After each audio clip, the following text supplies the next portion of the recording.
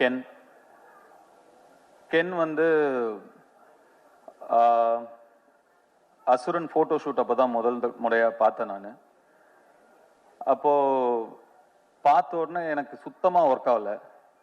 நான் வெற்றியை கேரவன் கூப்பிட்டு, வெற்றி இந்த பையன் வேணாம், வேற யாராவது பாருங்க, ரொம்ப என்ன உருண்டையாக இருக்கான் இவனை எப்படி நானே அப்போ இன்னும் சின்ன பையனா நம்ம இருந்ததுனால நம்மளே ஒரு 50+ 55+ ஏஜ் நம்ம அந்த படத்துல நம்ம பிளே பண்றோம்.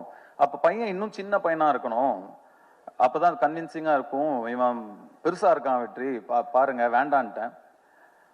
அப்புறம் வெற்றி சொன்னாரு, இல்ல தனுஷ் கொஞ்சம் டைம் கொடுங்க, அவனை இழைச்சு வர வைக்கிறேன், அதுக்கப்புறம் நீங்க பாருங்க அப்படின்னாரு.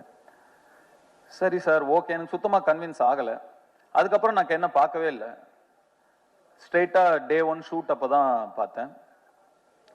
அப்போ அந்த ஃபர்ஸ்ட் ஷாட் அவன் நடிச்ச உடனே நான் வெற்றிட்ட டக்குன்னு போய் சொன்னேன், வெற்றி இவன்கிட்ட என்னவோ இருக்கு, ரொம்ப கான்ஃபிடென்ட்டா பண்றான், அவன் ஒரு புது பையன், சின்ன பையன், இவ்வளவு பேர் நடுவில் நடிக்கிற, அவனுக்கு ஒரு தயக்கமோ கூச்சமோ ஒண்ணுமே இல்லை, ரொம்ப கான்ஃபிடென்ட்டா பண்றான் வெற்றி, நல்ல சாய்ஸ் அப்படின்னு அதுக்கப்புறம் தான் சொன்னேன். ஸோ கென்னை கண்டுபிடிச்ச பெருமை முழுக்க வெற்றிமாறனுக்கு தான். கென்னு மேல நம்பிக்கை வச்சதும் வெற்றிமாறனுக்கு தான். நான் சுத்தமா எனக்கு நம்பிக்கை இல்லை. அதுக்கப்புறம் கென் எனக்கு வந்து ஒரு பப்ஜி ஃப்ரெண்டு. நாங்க 2 பேரும் பப்ஜி ஆடுவோம்.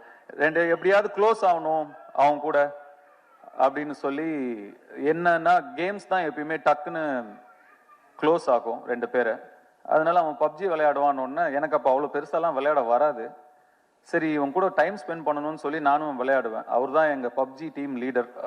அது என்னது, MOPயா, மோஸ்ட் வேல்யூபிள் பிளே, அது எப்பயுமே கென்னு தான். அப்படிதான் கென் எனக்கு நெருக்கமானாப்ல. அண்ட் கொஞ்சமா பழகி, அஃப்கோர்ஸ் அதுக்கப்புறம் உங்களுக்கு எல்லாம் தெரியும், அசுரன் வந்தது. Then his journey was different. Ken வந்து என்கிட்ட இந்த படம், இப்படி ஒரு படம் எடுக்க போறேன் சார் அப்படின்னு ஷூட்டிங் ஸ்பாட்ல வந்து சொல்லும் போது எனக்கு ரொம்ப ஷாக்கிங்கா இருந்தது. ஏன்பா இவ்வளோ, ஏன் அவசரப்படுற, இவ்வளோ சின்ன வயசுல இப்போ ஏன் எடுக்கிற, இன்னும் நல்லா ஒரு 2-3 வருஷம் அசிஸ்டன்டா வேலை பண்ணு, கத்துக்கோ, இன்னும் நிறைய, நீ நல்லா எடுக்கலன்னு சொல்ல, நல்லா எடுப்ப, அதை விட இன்னும் நல்லா எடுக்கலாம்ல, இன்னும் கொஞ்சம் கத்துக்கிட்டா, வெயிட் பண்ணுன்னு சொன்னேன். இல்லை சார் எடுத்துருவேன் அப்படின்னா.